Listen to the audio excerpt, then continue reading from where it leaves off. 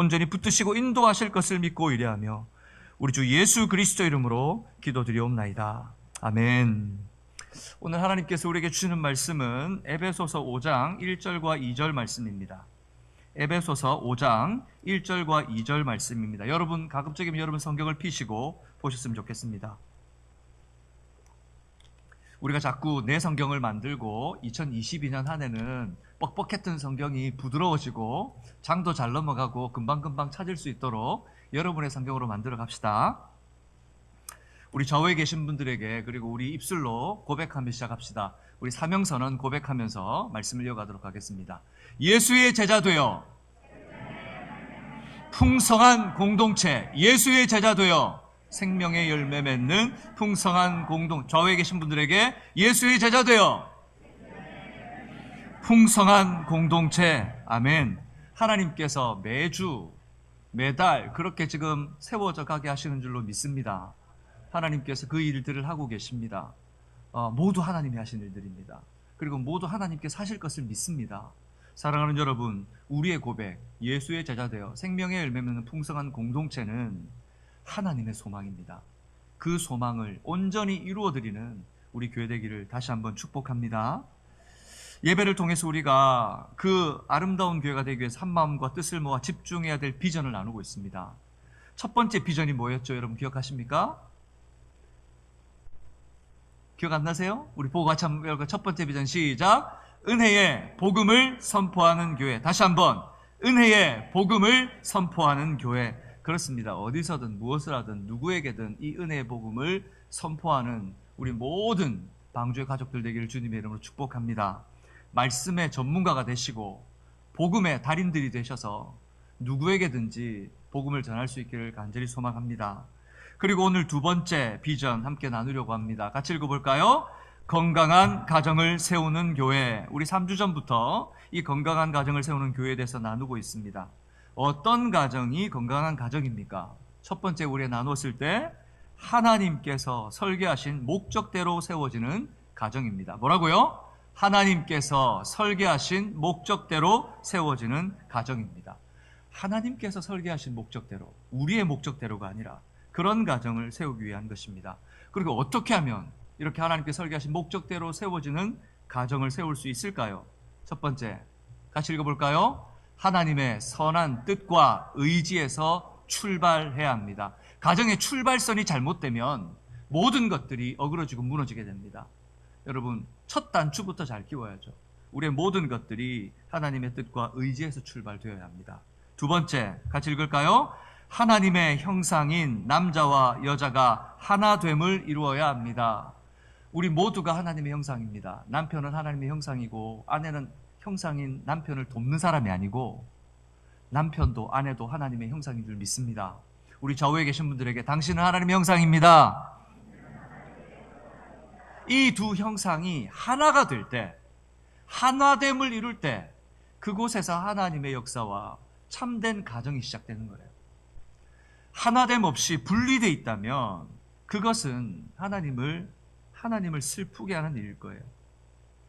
그래서 세 번째, 같이 읽어볼까요? 시작! 하나님의 주권을 인정하는 순종함이 나타나야 합니다. 하나님의 주권이 가정에 나타나야 합니다. 누가 우리의 가정의 주인이십니까? 누가 결정권자이십니까? 근데 왜 우리 마음대로 할까요, 우리는? 왜 우리 마음대로 아무런 주님 앞에 부르침도 결정도 없이. 그러니 여러분, 우리가 항상 준비되어야 됩니다. 은혜의 복음을 선포하는 교회가 되기 위해 준비되어야 건강한 가정을 세우는 교회가 될 수 있는 거예요. 은혜의 복음을 선포하기 위해서 준비하고 훈련하고 단련되어 있을 때에만 하나님께서 갑작스러운 상황에서도 인생의 주인 되실 수 있도록 말씀을 붙들고 기도할 힘이 생기는 거예요. 여러분, 우리가 그런 아름다운 가정이 되기를 주님의 이름으로 축복합니다. 오늘은 계속해서 건강한 가정을 세우는 교회의 가정, 어떤 가정으로 회복되어야 하는지에서 계속 나누려고 하는데, 그 첫 번째, 하나님께서 설계하신 목적대로 세워지는 가정에 이어 두 번째, 이것에 대해서 나누려고 합니다. 같이 읽어볼까요? 시작! 예수님의 사랑이 온전히 작동하는 가정. 뭐라고요? 예수님의 사랑이 온전히 작동하는 가정입니다. 그렇습니다. 여러분, 하나님의 성품, 속성 중에 가장 대표적인 것이 뭐가 있을까요? 하나님 하면 뭐가 생각나세요? 어떤 분이세요? 그죠? 사랑이에요, 사랑. 하나님께서 우리에게 주신 율법이 있습니다. 모세에게 주셨죠. 그게 뭐죠? 십계명입니다. 십계명을 우리는 두 가지 사랑으로 정리할 수 있습니다. 하나는 하나님 사랑, 두 번째는 이웃 사랑입니다. 그런데 이 하나님의 복음, 이 하나님의 율법을 두 가지로 정리할 수 있을 뿐만 아니라 예수님께서 십자가에서 죽으시면서까지 하나님의 이 마음이 무엇인지 확증해 주셨어요. 로마서 5장 8절 같이 읽어볼까요? 시작. 여러분의 성경을 피셔야 됩니다. 없습니다. 로마서 5장 8절입니다. 로마서 5장 8절 피세요. 우리가 할 수만 있으면 계속해서 우리의 성경을 확인해보고 말씀도 펴보고 그러려고 합니다. 조금 더 시간은 가겠지만 여러분 우리가 훈련합시다. 로마서 5장 8절 같이 읽겠습니다. 로마서 5장 8절입니다. 시작. 우리가 아직 죄인 되었을 때에 하나님께서 우리에 대한 자기의 사랑을 확증하셨느니라. 성경에 표시해 주셔도 무방한 그런 아름다운 말씀이죠. 지금 뭐라고 합니까? 하나님께 대한 우리의 사랑을 어떻게 하셨다고요? 확증하셨다. 확정하셨다. 도장 찍으셨다. 인치셨다. 여러분 중요한 일 있을 때 한국 사람들은 어떤 도장 씁니까? 인감도장. 인감도장 아무 때나 찍어요? 아이들이 학교에서 무슨 편지 갖고 와가지고 엄마 아빠 사인해 달라 그래요. 그 인감도장 찍습니까? 아니죠. 우리의 집을 매매한다든지 인생의 중요한 것이라든지 우리에게 소중한 것이 있을 때에 또는 관공서에서 공인된 무언가에 대한 나의 증명이 필요할 때 우리가 인감도장을 찍어요. 근데 그보다 더 중요한 것이 바로 인치다고 하는 의미란 말이에요. 하나님께서 우리에게 도장을 찍어 주셨어요. 예수님께 십자가에 죽으시면서 확실한 증거를 보여주셨어요. 어떤 확실한 증거? 어떤 사랑? 하나님께서 우리에게 대한 자기의 사랑에 도장을 찍어 주셨다고요. 누가 우리를 사랑하시는 것? 하나님이 나를 사랑하시는 것. 하나님께서 이 정도로 우리를 사랑하십니다. 여러분 어떤 마음, 어떤 생각으로 한 주간 사셨고 또 왜 이 자리에 나오셔서 앉아 있습니까? 하나님께서 우리를 그렇게 사랑하신 줄 믿습니다. 평안하십시오. 요동하지 마시고 평안한 가운데 하나님의 말씀에 귀를 기울이십시오. 주님 우리를 사랑하십니다. 그리고 오늘 말씀하십니다. 뿐만 아니고 예수님께서 제자들에게 내가 너에게 새 계명을 주노라 라고 말씀하실 때 뭐라고 말씀하셨죠? 서로 사랑하라. 아니 10계명을 둘로 요약해 주시고 본인께서도 죽으시면서 확증해 주셨는데 또 뭐라 그러냐면 너희에게 새 계명을 주는데 서로 사랑하래요. 사랑하라, 사랑하라, 사랑하라, 사랑하라. 그것이 바로 하나님과 예수님을 통해 보여주신 성품이요 그 명령이셨습니다. 그러므로 건강한 가정은 바로 예수님의 사랑이 온전히 작동하는 가정이어야 합니다. 이 건강한 가정의 구체적인 모습을 살펴봄으로써 오늘 새롭게 세워지는 방주의 가정들이 되시기를 주님의 이름으로 축복합니다. 첫 번째, 그러기 위해서 같이 읽어볼까요? 시작. 서로를 만족의 대상이 아닌 사랑의 대상으로 보는 것입니다. 뭐라고요? 다시 한번 시작. 서로를 만족의 대상이 아닌 사랑의 대상으로 보는 것입니다. 우리의 몸은 70%가 수분으로 이루어져 있습니다. 그래서 과히 걸어다니는 워러바를이라고 할 수 있습니다. 모두가 지금 물동이들이에요. 우리 몸의 주요 기능을 하는 장기인 심장, 신장, 그리고 뇌도 거의 75%나 되는 수분으로 이루어졌다고 하죠. 그러니 여러분, 이 물이 얼마나 중요해요. 이 수분의 불균형이 생기면 우리가 여러 가지 어려운 현상들이 나타납니다. 몸에 불균형이 나타나요. 특별히 신장은 40대 이후 성인 남성인 경우에는 2리터 이상의 물을 섭취해야 된대요. 40대 이상 손들지 마시고 물을 2리터 이상 섭취해야 된대요. 물 많이 드셔야 합니다. 그래야 몸이 기능을 발휘한대요. 그런데 무엇보다 여러 가지 증상이 나타나지만 하나님께서 우리에게 물이 부족하면 일어나게 하시는 현상이 있어요. 그게 뭐예요? 갈증이에요. 갈증이 일어나요. 물을 마시고 싶어서 어쩔 수 없이 막 그냥 목이 타는 것 같은 그리고 가슴이 먹먹한 것 같은 그런 증상을 느끼게 된단 말이죠. 본능적으로 사람이 물을 얻으려고 주님께서 그렇게 창조해 주셨습니다. 물 안 먹으면 어떻게 되니까? 죽으니까요. 물 안 먹으면 죽습니다. 근데 문제는 이 물도 깨끗하면 되는데 다 오염되고, 그리고 물이 우리에게 주는 영향력이 점점 줄어들어가고 있다는 거예요. 그럼에도 불구하고 여러분, 우리의 영적인 부분에도 하나님께서 그런 이 영적인 성령의 충만함, 말씀의 충만함으로 우리가 채우지 않으면 하나님께서 우리에게 그런 갈증이 일어나도록 기능을 만들어 놓으셨어요. 그래서 우리 영혼이 하나님께로 떨어져 나오고 말씀의 갈증이 있으면 그 갈증이 막 우리 속에 샘솟게 하신다고요.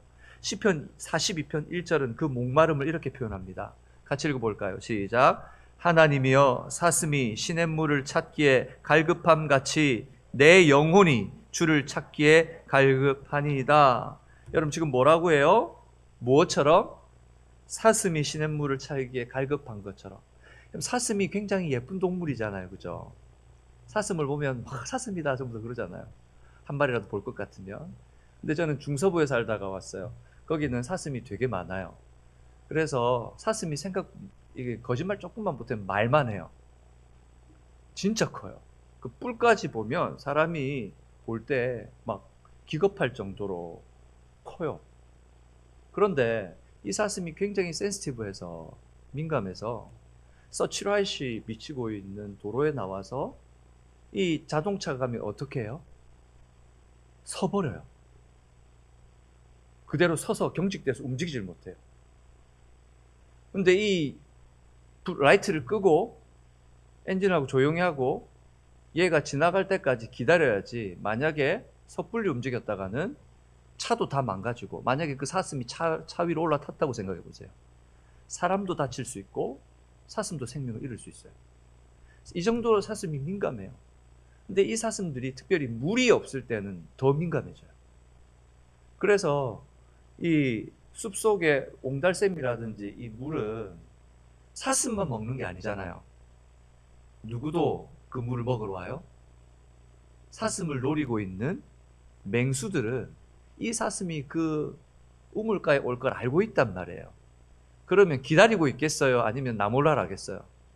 기다리고 있겠죠. 먹잇감이 오는데. 그래서 사슴이 물을 먹을 요량이면 달려들어 덮치죠. 그런 생명의 경각에 있는데도 불구하고 사슴이 물을 찾기 위해서, 그 물을 먹기 위해서, 그 갈증을 달래기 위해서 그 물로 가야 된단 말이에요. 지금 그 모습을 비유해 놓고 있는 거예요. 우리가 말씀의 갈증이 일어나면 정상적인 사람들은 그 말씀 앞에 달려가야 하는 것이 정상이라는 거예요. 내 영혼이 갈급함이 마치 이 사슴 같아서 주를 찾기에 갈급하니이다. 이 고백들이 여러분에게 회복되기를 주님의 이름으로 축복합니다. 갈급해져야 됩니다. 여러분 어떤 마음으로 오늘 예배 나오셨습니까? 어떤 생각으로 지금 앉아 계십니까? 정말 여러분 마음 가운데 말씀에 대한 갈급함이 있습니까? 여러분 그저 참석하고 돌아가면 그만인 예배가 아니기를 바랍니다.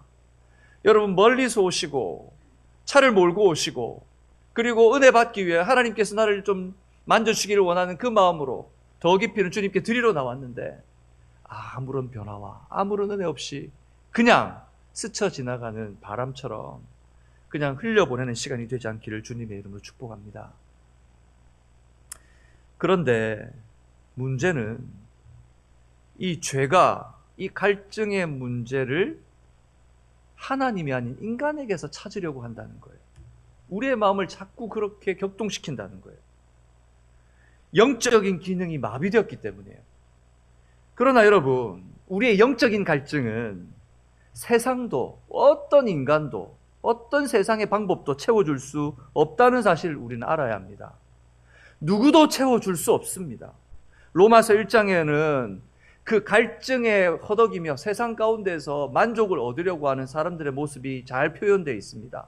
여러 모습들이, 여러 증상들이 표현되어 있는데, 특별히 1장 29절은 이렇게 말합니다. 같이 읽어볼까요? 시작. 곧 모든 불의, 추악, 탐욕, 악의가 가득한 자요, 시기, 살인, 분쟁, 사기, 악독이 가득한 자요, 수군수군하는 자요라고 말하고 있습니다. 이것이 나타난단 말이에요. 근데 이것들은 죄가 아니고 죄의 결과로 나타나는 것입니다. 우리가 분별할 수 있어야 돼요. 죄는 하나님의 자리에 나를 얹혀놓은 것이지만 그 하나님의 자리에 나를 대체함으로써 어떤 결과가 일어나는지를 지금 보여주는 거예요. 여러분, 이런 모습 얼마나 추하고 탐욕스럽고, 여러분 악을 바득바득 깔아대면서 자기의 지금 만족이 채워지지 않아서 지금 애쓰고 있는 인생이 보이지 않으세요? 그러니까 안 채워지니까 시기합니다. 시기하다 못하니까 서로 분쟁이 일어나고, 그러다 보니 사기치고 악독한 말로 서로 상처내고, 그러고 뒤에 가서는 수군수군거립니다. 이것이 만족하지 못하는 세상에 살아가며 세상에서 만족을 얻으려고 하는 사람들의 모습이란 말이에요. 서로를 만족의 대상으로 보고 있기 때문이에요. 사람을 만족의 대상으로 보고 찾아가기 때문이에요. 그러니 실망하고 서로를 향해서 상처내는 거예요. 우리 옆에 사람에게 이렇게 한번 이야기합시다. 옆에 분에게, 당신은 만족의 대상이 아닙니다. 당신은 사랑의 대상이어야 합니다. 여러분, 사람은 우리의 만족의 대상이 아니라 사랑의 대상입니다. 내 옆에 있는 내 아내는, 내 자녀는, 우리 가족은 사랑의 대상이지 내 만족을 채워주는 대상이 아니란 말이에요. 그런데 우리는 어떻게 합니까? 어떻게 하면 내가 좀 만족을 얻고 싶어 합니다. 내 자녀에게서, 내 아내에게서 나에게 좀 더 잘하고 내가 좀 더 대접받고 싶고, 그래서 만족을 얻고 싶어 합니다. 주님께서는 우리에게 계속해서 사랑하라고 말씀하셨습니다. 사랑하셔야 합니다. 사랑하셔야 합니다. 사랑하라고 하는 것은 상대편에게 하나님이 어떤 분이신지 나타내고 싶으니까, 너 이제 내가 너를 구원했으니까 너 사랑해야 돼 라고 맹목적으로 지시를 내리기 위해서 사랑이라고 하시는 것이 아니에요. 그리고 상대편을 위해서 내가 굴종하면서 그렇게 사람의 비굴한 모습으로 다가가라는 것도 아니에요. 여러분, 사랑해야 우리가 살아요. 사랑은 내가 살기 위한 방법이요, 나를 살리기 위한 하나님의 방법이에요. 그것은 상대방을 위해서, 상대방에게 하나님께서 누군가를 나타내고 나를 도구로 사용하기 위해서 하시는 일이 아니란 말이에요. 그런데 우리는 그 하나님의 사랑을 잘못 알고 있습니다. 하나님은 우리가 살기를 원하십니다. 그래서 사랑하라고 하는 거예요. 여러분, 사랑하셔야 합니다. 아멘. 사랑하셔야 합니다. 뿐만 아니라 하나님의 말씀은 그에 더하여서 내 이웃을 사랑하라고 말씀합니다. 우리 이웃이 누구입니까, 여러분? 이웃이 누구예요? 혹시 다 적입니까? 우리 이웃이 누구죠? 나를 제외한 모두가 내 이웃입니다. 여러분, 그 이웃을 사랑하라고 말씀하셨습니다. 뿐만입니까? 너의 원수까지 사랑하라고 하셨어요. 바리새인들이 예수님이 오셨을 당시에 뭐라고 가르쳤냐면, 너의 이웃을 사랑하라, 그리고 너의 원수를 미워하라, 그렇게 가르쳤단 말이에요. 근데 예수님께서 어떻게 가르쳤습니까? 내 이웃을 사랑하며 내 원수를 사랑하라 말씀하셨습니다. 네가 그들을 미워하면, 네가 사랑하는 사람만 사랑하면 너희가 이방인들과 다를 것이 무엇이 있느냐라고 말씀하셨습니다. 원수가 누구입니까? 나를 사랑하지 않는 사람입니다. 원수가 누구입니까? 나의 사랑을 빼앗아가는 사람입니다. 그 사람까지도 주님께서 사랑하라 말씀하십니다. 왜 사랑하라 그러신다고요? 내가 살기 위해서. 그것이 우리가 사는 방법이기 때문입니다. 여러분, 하나님의 자녀는 사랑할 때 만족을 얻는 사람들입니다. 그러므로 여러분, 사랑할 수 있기를 주님의 이름으로 축복합니다. 사랑하셔야 합니다. 아멘 소리가 적은 거 보니까 사랑 좀 고민해 봐야 되겠다는 생각인데요. 아멘. 사랑하셔야 합니다. 사랑하셔야 합니다. 우리의 모델이신 예수님께서 육신을 입고 이 땅에 오셔서 공생애를 사실 때에 영혼을 보는 자세와 태도를 보여주셨어요. 이 땅의 사람들을 보면서 예수님께서 보시면 너무 가슴이 아프셔서 그들을 어떤 눈으로 보셨냐면 목자 없는 양떼같이 바라보셨어요. 목자 없는 양떼가 어떤 처지에 있을까요? 양떼가 물어가고 도적이 채가고 원하는 사람들이 이렇게 죽이고 저렇게 죽이고 그렇게 처참한 삶을 살고 있는 그들을 불쌍히 여기시고 그들을 볼 때마다 성경 곳곳에 불쌍히 여겼더라, 긍휼히 여겼더라. 한 영혼 한 영혼을 바라보는 주님의 마음은 항상 그 마음이셨어요. 주님은 한 번도 우리를 그 마음에서 떠나 바라보신 적이 없어요. 그가 다 버리시고 십자가에 죽기까지 자신을 버리셨습니다. 우리가 주님의 그 사랑을 회복하는 가정과 공동체와 개인이 되기를 주님의 이름으로 축복합니다. 여러분, 그 사랑이 회복돼야 돼요. 주님께서 여러분 한번 그렇게 생각할 수도 있어요. 아니, 줄 거 다 주고 사랑 다 해주고 그렇게 섬겼는데 죽었다면, 그렇게 어려움을 다 비참하게 끝났다면 불만족스러운 것 아닌가요? 완전 불만족한 상태네, 맞네 라고 말할 수 있습니다. 그런데 9절 계속 이렇게 말씀합니다. 우리 빌립보서 2장 8절과 9절 같이 읽어볼까요? 시작. 사람의 모양으로 나타나사 자기를 낮추시고 죽기까지 복종하셨으니 곧 십자가에 죽으심이라. 계속해서 9절. 이러므로 하나님이 그를 지극히 높여 모든 이름 위에 뛰어난 이름을 주사. 하나님께 이 헌신을 드렸을 때 완전한 만족으로 위로부터 하나님의 영광을 회복하게 하셨습니다. 여러분, 헌신하고 나누고 봉사하는 것, 그것은 손해보는 것이 아니고 횡재하는 겁니다. 아멘. 건강한 가정은 서로를 사랑의 대상으로 섬기는, 사랑하는 사람들이 모인 가정이에요. 에베소서 5장 후반부부터는 에베소 5장 1절 2절에서 모델이신 예수님을 소개하면서 너희가 이제는 작은 예수로 살아가야 될 것에 대해서 말씀하고 있는데, 그 작은 예수의 모습이 가정 속에 어떻게 나타나야 하는지를 말씀하시면서 33절에 이렇게 말씀합니다. 같이 읽어볼까요? 시작. 그러나 너희도 각각 자기의 아내 사랑하기를 자신같이 하고 아내도 자기 남편을 존경하라. 성경을 읽으면서 우리가 참 여성으로서 불공평하다라고 생각하면서 말씀하시는 분들이 있어요. 남편들아 너희는 교회 머리 된 것 같으니 아내들아 그 남편을 존경하고 사랑하라. 왜 남편은 머리예요? 남편들아 아내를 몸된 교회같이, 주님이 몸된 교회를 사랑하는 것 같이 사랑하고 존중하라. 우리는 왜 몸이에요? 남편은 머리고 왜 우리는 몸이죠? 불공평한 것 아니에요? 라고 묻는 분들이 계세요. 불공평하죠?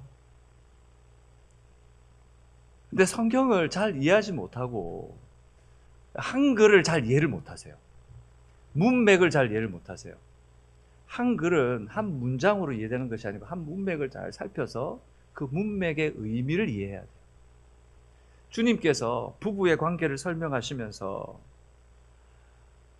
남자는 머리 되었고 여자는 몸뚱이니까 그 질서를 잘 지켜서 넘어오지 마, 그 말 하시는 게 아니라 한 몸 되었다는 것을 표현하시는 거예요.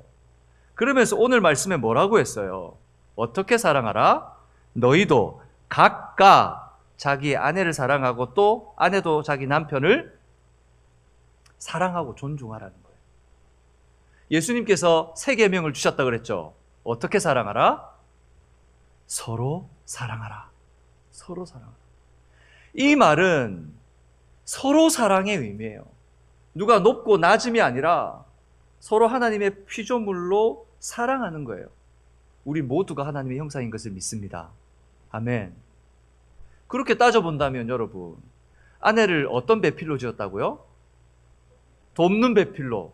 그렇게 따져보면 돕는 배필이, 돕는 사람이 도움받는 사람은 더 똑똑하니까 남편보다 여성분들이 더 똑똑하다는 논리잖아요. 그게 아니란 말이에요. 성경이 말하는 바는 우리 모두가 하나님의 형상이요, 우리 모두가 서로 사랑하는 존재로 지어졌다는 거예요. 그러므로 사랑하는 여러분, 부부관계에 있어서 서로가 서로를 존중하고 사랑하고 배려해주며 나의 몸된 지체임을 인정해주는 아름다운 부부가 되기를 주님의 이름으로 축복합니다. 옆에 우리 서로 부부가 앉아 계시다면 부부가 없어도 됩니다. 그리고 부부가 없으면 내 가슴에 손을 얹고 아니면 옆에 분에게 저를 따라서 지금부터 제가 더 존중하고 더 사랑하겠습니다. 그 자세를 가지고 서로가 서로를 바라보는 거예요. 또한 6장 1절에 보면 자녀들에게는 뭐라고 얘기하냐면 부모에게 순종함으로 나타나야 된대요. 에베소서 6장 2절에 보니까 계속해서 이렇게 말씀하네요. 그러면서 같이 읽어볼까요? 내 아버지와 어머니를 공경하라. 이것이 약속 있는 첫 계명이니 누구를 공경하라? 부모님을 공경하라. 이것이 약속 있는 첫 계명이라는 거예요. 그런데 여러분, 세상이 어떻게 돌아갑니까? 부모를 공경해요? 뿐만 아니라 오늘 4절에 보니까 아비들에게는 어떻게 말하고 있습니까? 또 아비들아 너희 자녀를 노엽게 하지 말고 어떻게 하라? 오직 주의 교훈과 훈계로 양육하라. 자녀들은 부모들을 어떻게 생각합니까? 요즘은 대부분 다 자녀 하나만 놓고 그만 놓으려고 해요. 아니면 아예 자녀를 놓지 않으려고 하는 가정들도 많아요. 그에 더해서는 그냥 결혼 자체를 안 하려고 해요. 여러분, 이런 세상에 아비들이 자녀를 사랑한다, 자녀들이 아비를 사랑한다, 이 원리가 뭔지, 어떻게 작동하는지를 배울 곳이 없는 거예요. 이미 여러분 몇십 년이 됐습니다. 한국에서 이제는 아이들이 아웃 오브 컨트롤이에요. 옛날에는 막 싸우다가 어른이 옆에 지나가면 어떻게 해요? 탁 집으로 도망가요. 어른이 오면, 누구라도 어른이 오면. 근데 요즘은 싸우면 어떻게 하는지 알아요? 어른이 지나가면 아랑곳하지 않고 싸워요. 여러 명에서 한 명을 막 두들겨 패는데도 어른이 가거나 도망가야 되는데 아랑곳하지 않고 그러고 있어요. 그래서 혹시 누구라도 걔네들한테 뭐라 할 요량에 나무라면 뭐라 그러는 줄 아세요? 아저씨가 뭔데 우리한테 그러세요? 그래서 한국에서 여러 가지 일들도 많이 일어났지만 그렇게 참견이라고 표현해요. 신문 기사에 보면. 그러다가 어떻게 돼요? 봉변을 당하는 경우가 많았단 말이에요. 부모는 어떻습니까? 자녀를 생각지도 못할 곳에 돈을 받고 넘겨버리는 일들이 있습니다. 자녀를 방치하고 그리고 자녀를 놓고는 자기들의 즐거움을 찾기 위해서 아랑곳하지 않다가 생명을 앗아가는 일들도 있습니다. 모든 것들이 뒤죽박죽 되어 있습니다. 여러분, 하나님의 질서가 회복되는 가정이 되기를 주님의 이름으로 축복합니다. 자녀들을 노엽게 하지 말라. 그러니까 다 맞춰주는 거예요. 다 맞춰. 하나밖에 없는 아들, 우리 귀한 딸, 우리 귀한 아들 다 맞춰주는 거예요. 그렇게. 그러면 걔네들이 대학 가고 청년이 되면 어머니 아버지 감사합니다 하시던가요? 여러분, 그것이 자녀를 노엽게 하지 말라는 의미가 아니래요. 우리가 이 말씀을 이해할 때는 그 뒤에 있는 말씀과 연결해서 이해를 해야 돼요. 노엽게 하지 말고 뭐라고 했어요? 오직 성경을 보세요. 덮어놓고 보지 마시고 성경을 빨리 보세요. 에베소서 6장 4절 보세요. 시작. 자녀를 노엽게 하지 말고 어떻게 하라고요? 오직 주의 교훈과 훈계로 양육하라는 거예요. 자녀들을 노엽게 하지 말란 말이 알았어 다 해줄게 그걸 말하는 게 아니고 불공정하고 상식적으로 이해가 되지 않고 일관성이 없는 그런 교육 때문에 마음을 상하게 하거나 아이들이 이해가 되지 않아 상처 있는 일이 없도록 하라는 거죠. 오직 주의 교훈과 훈계로 양육하라는 거예요. 주의 말씀으로 아닌 것은 아니요. 죄는 죄요. 순종은 순종이요. 하나님의 말씀에 어떻게 순종하여 믿음으로 살아가야 될지를 양육하고 훈계하고 바로 가르쳐줘야 되는 거죠. 그것이 노엽게 하지 않는 방법인 거예요, 여러분. 여러분, 그런 은혜가 있기를 바랍니다. 서로를 하나님의 형상으로 존중하고 사랑하라는 거예요. 부부도, 자녀도, 아비도 모두가 서로를 하나님의 형상으로 존중하고 사랑하라는 거예요. 작은 예수가 되어 섬기는 가정, 이것은 예수님께서 내가 너희를 사랑한 것 같이 너희도 서로 사랑하라 하신 말씀에 순종하는 가정입니다. 그 가정이 바로 건강한 가정이 되는 거예요. 그런 건강한 가정이, 그 가정을 통해서 예수의 사랑이 온전히 작동하게 되는 줄로 믿습니다. 저는 우리 이 방주에 있는 모든 가정들마다 그 조그만 가정들마다 어느 지역에 있든지 그런 소문들을 통해서 주변에 있는 가정들에게 선한 영향력이 흘러가기를 주님의 이름으로 축복합니다. 여러분 주변의 가정들이 놀라야 돼요. 여러분의 관계와 자녀 교육과. 그래서 두 번째, 우리 같이 볼까요? 시작. 서로를 혈연 관계를 넘어 하나님 나라의 동역자로 인정하는 것입니다. 예수님의 사랑이 온전히 작동하는 가정은 혈연 관계를 넘어 하나님의 동역자로 서로를 인정하는 거예요. 그럼 가정의 설계자가 누구예요? 누구시라고요? 그렇죠. 하나님께서 분명 창조의 원리대로 남자와 여자를 만드셨어요. 그러니 창조의 현장에 있는 하나님께서 왜 우리를 만드셨는지, 우리를 어떻게 만드셨는지를 살펴보면 오늘 창세기 1장 28절에 이렇게 말씀하십니다. 같이 읽겠습니다. 하나님이 그들에게 복을 주시며 하나님이 그들에게 이르시되 생육하고 번성하여 땅에 충만하라. 땅을 정복하라. 바다의 물고기와 하늘의 새와 땅에 움직이는 모든 생물을 다스리라 하시니라. 지금 하나님께서 무슨 말씀을 하고 계신 거예요? 하나님이 만드신 사람에게 창조한 모든 창조물들 속에서 더 번성하고 충만해서 이 창조물들을 어떻게 해라? 다스리라고 말씀하는 거예요. 하나님께서 그 다스리는 권한을 누구에게 지금 넘겨주고 있어요? 하나님이 창조한 사람에게 넘겨주고 있어요. 다시 말하면 하나님께서 하나님의 동역자로 우리를 창조하셨다는 거예요. 아멘? 여러분 이게 좀 과한가요? 아니 우리가 어떻게 하나님의 동역자가 될 수 있죠, 목사님? 이렇게 죄 많은 우리가? 아닙니다.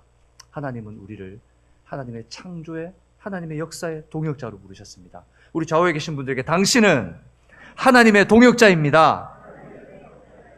여러분 우리 하나님의 동역자들입니다. 하나님의 나라를 일궈간 하나님의 동역자로 세우셨다고요.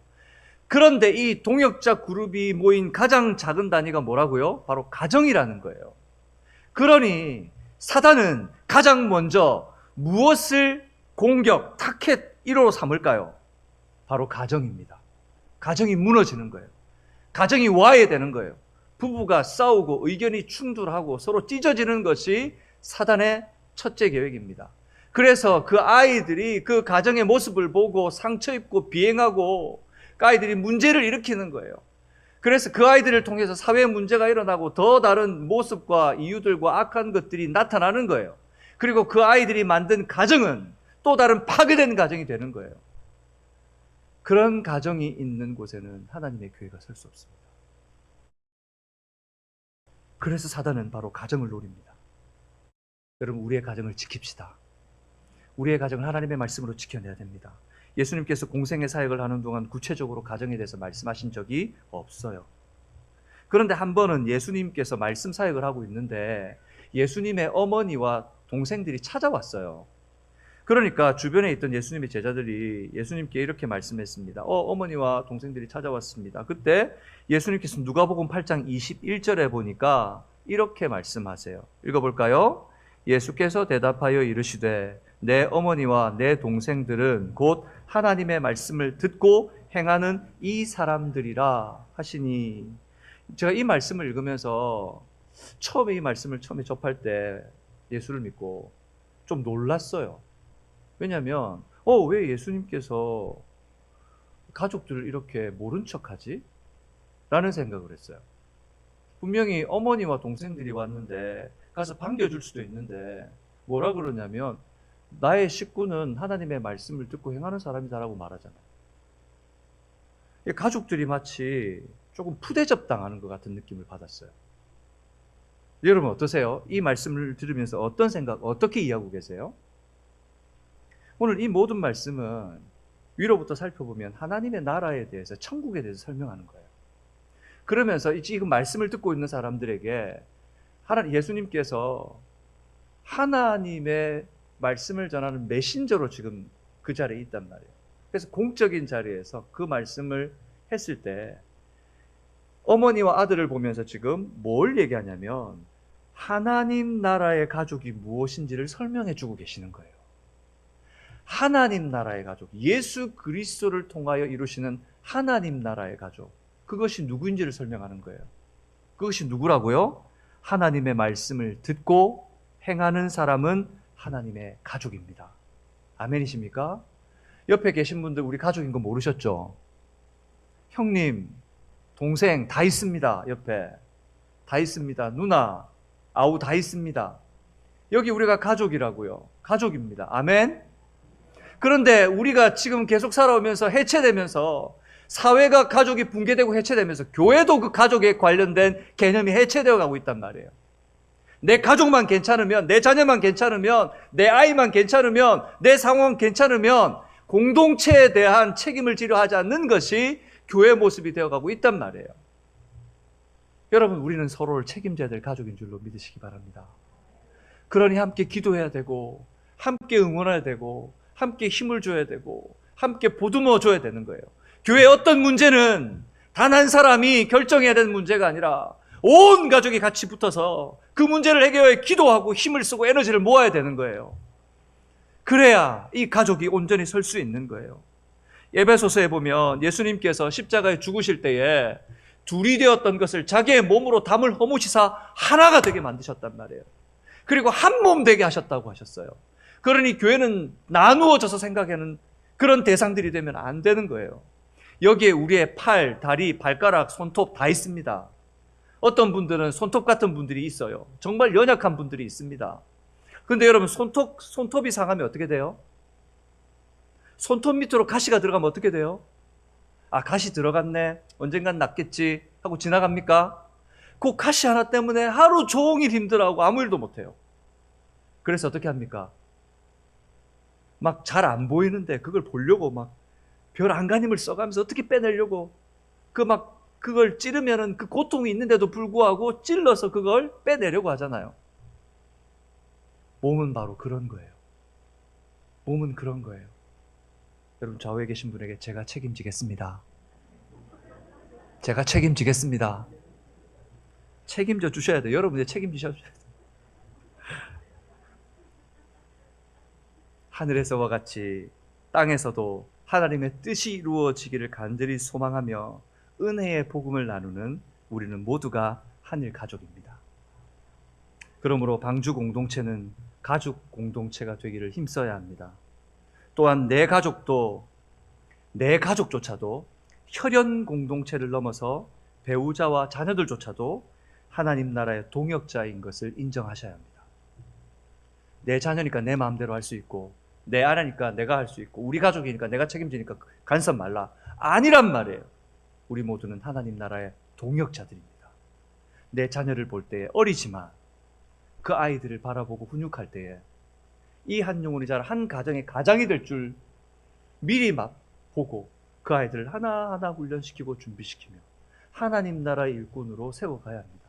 내 아내가 지금의 모습이 아니라 5년, 10년 후의 모습이 더 아름답고 존중받고 주님 나라의 귀한 일꾼이 되기 위하여 쓰임받을 남편들을 후원해야 되고, 아내들은 남편들이 직장과 세상 속에서 흔들리지 않고 온전히 하나님의 역사를 이루어내는 제자로 살게 하기 위하여 기도하고 조력해야 되는 거예요.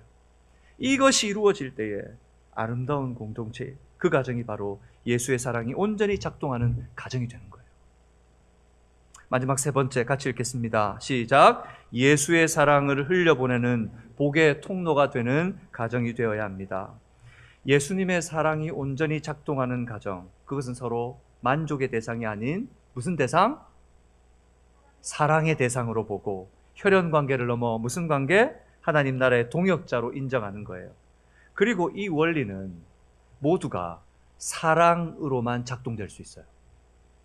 사랑의 배터리를 넣지 않고서는 작동이 안 돼요. 이 사랑은 그런데 더 희한한 것은 흘려보내야만 돼요.